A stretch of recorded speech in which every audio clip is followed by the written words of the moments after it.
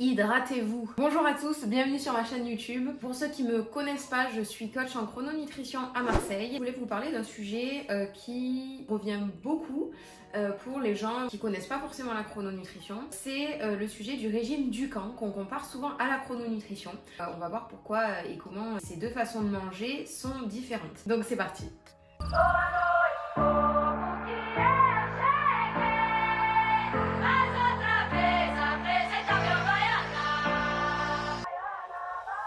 Alors déjà, pour parler des bases, le régime Dukan est, d'où son nom, un régime, donc c'est-à-dire qu'il y a une date de début et une date de fin. Et la chrononutrition est une façon de manger que l'on peut adopter toute une vie. Ensuite, la chrononutrition, c'est une façon normoprotéinée de manger, alors que le régime Dukan, c'est un régime hyperprotéiné. Ça signifie que ça va être composé majoritairement de protéines animales, alors qu'une façon normoprotéinée de manger, c'est une façon, donc effectivement en chrono, on mange des protéines animales de manière normale et de façon adaptée à ce que le corps a besoin. Donc ça, c'est la base. Ensuite, en 6 points. Quelles vont être les différences entre le régime Dukan et la chrono en 6 points? Donc le premier point pour moi, ça va être que le régime Dukan n'est pas du tout varié. C'est-à-dire que le régime Dukan est composé à 90% de protéines animales, donc à savoir tout ce qui est viande, poisson, etc. Et laitage. Donc laitage, on va revenir là-dessus. Donc là, pourquoi c'est pas bon? Parce que déjà, en fait, une alimentation non variée, dans tous les cas, elle n'est pas bonne. Même si que vous mangez seulement des végétaux, seulement des protéines ou seulement des féculents, dans tous les cas, c'est pas bon parce que le corps a besoin de tous ces apports-là. Et si vous lui offrez qu'un seul des apports, il va forcément être en carence si cette période-là dure trop longtemps. Donc du coup, ne serait-ce que déjà pour cet équilibre-là qu'on n'a pas du tout sur les régimes Dukan, ça va pas être bon. En chrononutrition, on va avoir une façon normoprotéinée de manger, comme je le disais, et on va avoir accès à tous les aliments. Il y a très peu d'aliments qu'on va jamais intégrer dans la journée chrono. Et donc on va, sur chaque journée passée, ingérer toutes sortes d'aliments et toutes sortes de familles d'aliments. Donc ça, c'est super important pour le corps et son fonctionnement. Le deuxième point, c'est sur le régime Dukan, qui c'est qu'on va intégrer des laitages. On va intégrer des laitages et en plus à chaque repas. Donc là, ça va être ultra mauvais. Le lait de vache qui n'est pas fermenté, donc tout ce qui est yaourt, fromage blanc, lait à boire, vont avoir des effets ultra néfastes sur le corps, on le sait. Aujourd'hui, un enfant de plus de 2 ans, ainsi que les adultes, n'a plus besoin de lait, d'apport en tout cas de laitage. Le calcium se trouve ailleurs que dans le lait qui n'a pas été fermenté. Les effets vont être vraiment néfastes pour le corps. En ingurgitant des laitages, on va créer du lactase. Donc ce lactase, premièrement, il va se transformer en sucre dans le corps. Et deuxièmement, il va empêcher la métabolisation et la digestion d'autres aliments. Ça pourra provoquer des problèmes, notamment au niveau des articulations, etc. Donc c'est vraiment très mauvais pour le corps. Et le fait qu'on en intègre en plus à tous les repas, ça vraiment je comprends pas. En plus en association avec des protéines animales et des graisses animales telles que la viande, ça va faire un mélange affreux parce que lorsque vous ingurgitez des graisses animales, le corps a vraiment besoin de se concentrer sur la métabolisation de ces aliments pour les gérer correctement en fait et absorber tous les nutriments dont il a besoin et rejeter tout ce dont il n'a pas besoin. Et le fait d'y ajouter un apport de sucre, qui est le laitage, même si c'est 0%, même si c'est sans sucre ajouté, même si c'est ce que vous voulez, le lait va se transformer en sucre dans le corps. Ça, c'est vraiment un truc qu'il faut intégrer. Donc ça, c'est surtout à éviter. Et donc ça, on va dire que c'est vraiment une des différences vraiment des plus grosses qu'il y a entre Dukan et chrono. Ensuite, la deuxième différence entre Dukan et chrono que je relève, c'est que Dukan ne fait pas la différence entre les différents apports en protéines animales. Je m'explique, un poulet ou une dinde, donc des viandes blanches, ne vont pas avoir le même effet sur le corps et n'auront pas le même apport que des viandes rouges. Et donc, on n'a pas besoin, en fonction du moment de la journée, des mêmes apports. C'est normal. Lorsqu'on va se lever, on va avoir besoin de tenir tout au long de la journée. Or, le soir, on va aller se coucher quelques heures après le dîner et on n'a pas besoin d'autant apport en énergie que le matin. Et sur le régime du camp, j'ai remarqué qu'en fait, il ne précisait pas à quel moment il valait mieux manger une côte de bœuf et à quel moment il valait mieux manger un filet de dinde. Donc ça va vraiment être la différence avec la chrono, parce qu'en chrono, on vous apprend à justement faire la différence et à le manger à certains moments de la journée et pour justement avoir une perte de gras, donc le gras qui est inutile au corps, et un gain en muscle. Troisième différence du camp chrono, ça va être la durée. Donc la durée du régime du camp, j'ai vu que en fait c'était un peu au choix de la personne qui faisait le régime en fonction du nombre de kilos qu'elle voulait perdre. Donc déjà là je suis un peu perplexe sur cette théorie, parce que en fait un régime, comme son nom l'indique, ça a vraiment une date de début et une date de fin.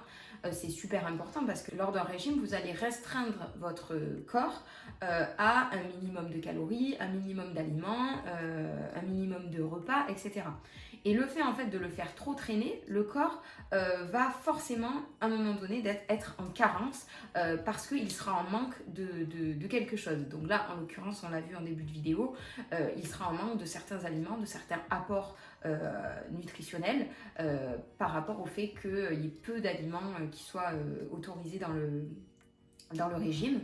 Et donc, le fait de ne jamais marquer une date de fin et que ce soit au bon vouloir de la personne qui fait le régime, ça peut être très dangereux, parce que déjà, lorsqu'on commence une perte de poids, il y a certaines personnes qui sont tellement motivées par cette perte de poids qui ne vont jamais s'arrêter, donc ça peut créer des troubles alimentaires et tout, donc ça pour le coup c'est ultra grave, hein.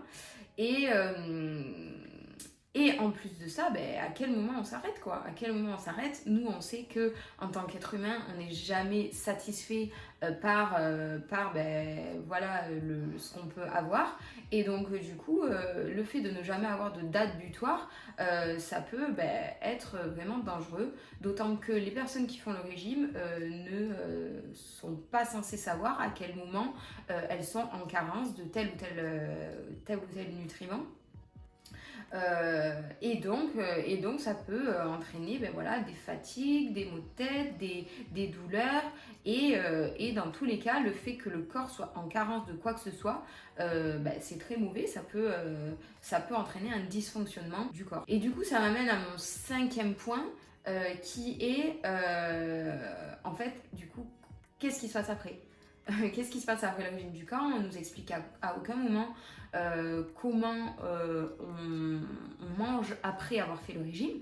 Donc j'ai vu quand même qu'il y avait une phase d'adaptation, je crois que c'est comme ça qu'ils l'appellent, où ils doivent, les personnes qui ont fait le régime doivent réintégrer des aliments petit à petit, etc. Voilà, on ne nous explique pas dans quelle quantité on doit les réintégrer, quand, comment, pourquoi. Et surtout, une fois qu'on arrête le régime, qu'est-ce qu'on fait, quoi? Qu'est-ce qu'on fait? Et donc, c'est exactement pour cette raison que la plupart des gens reprennent du poids par la suite, parce qu'il n'y a pas de suivi après avoir fait le régime. Ça peut amener à des effets yo-yo.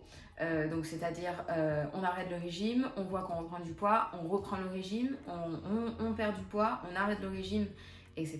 Vous m'avez compris. Et en plus de ça, voilà, quel est l'intérêt de faire un régime si on sait pertinemment que juste après on va reprendre du poids, voire plus, parce que du coup le corps qui aura été carencé, qui aura été restreint, va tendance à beaucoup plus stocker pour se protéger, hein, parce que à un moment donné il s'est dit on me donne pas assez de nutriments, donc du coup cette fois-ci tout ce qu'on va me donner je vais le stocker à fond, de manière à ce que si cette période arrive de nouveau, eh bien je vais pouvoir me servir de ces stocks pour faire fonctionner tout ça. Donc du coup pour le corps, voilà, vous l'avez compris, c'est ultra néfaste. Le dernier point, je dirais, de la différence chrono du camp, ça va être que les régimes ne vont pas être adaptés à chaque personne. C'est-à-dire que la personne peut avoir des maladies, du cholestérol, peut faire 2 mètres en étant un homme et 10 heures d'activité sportive par semaine, ou une femme de 1,50 m en ne faisant aucune activité sportive, qui peut avoir voilà, déjà des carences en fer ou que sais-je, alors d'autres maladies comme l'hypertension, le diabète, etc. Tout ça, on ne le prend pas en compte, quoi. Et en fait, sans le savoir, elle va se lancer dans un régime qui va mettre sa santé encore plus en péril, puisque le régime ne sera pas adapté à son profil. Donc à chaque fois, je ne revenais pas sur la chrono, mais donc là, par exemple, sur ce point, on va vous faire un bilan biologique en prise de sang, pour justement avoir toutes ces informations-là et si jamais il y a déjà un problème ou un problème qui n'avait pas été détecté auparavant, on va adapter l'alimentation, on va adapter le programme alimentaire à ces problèmes-là.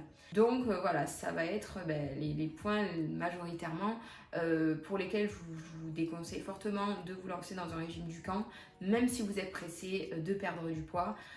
Sachez que tout se paie, c'est-à-dire que si vous perdez du poids rapidement, vous allez forcément le reprendre à un moment donné rapidement.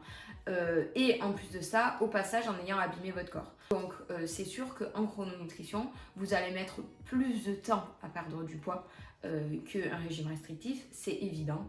Par contre, vous allez rester en forme, vous allez rester en bonne santé, vous allez améliorer également votre santé, vous allez être plus énergique.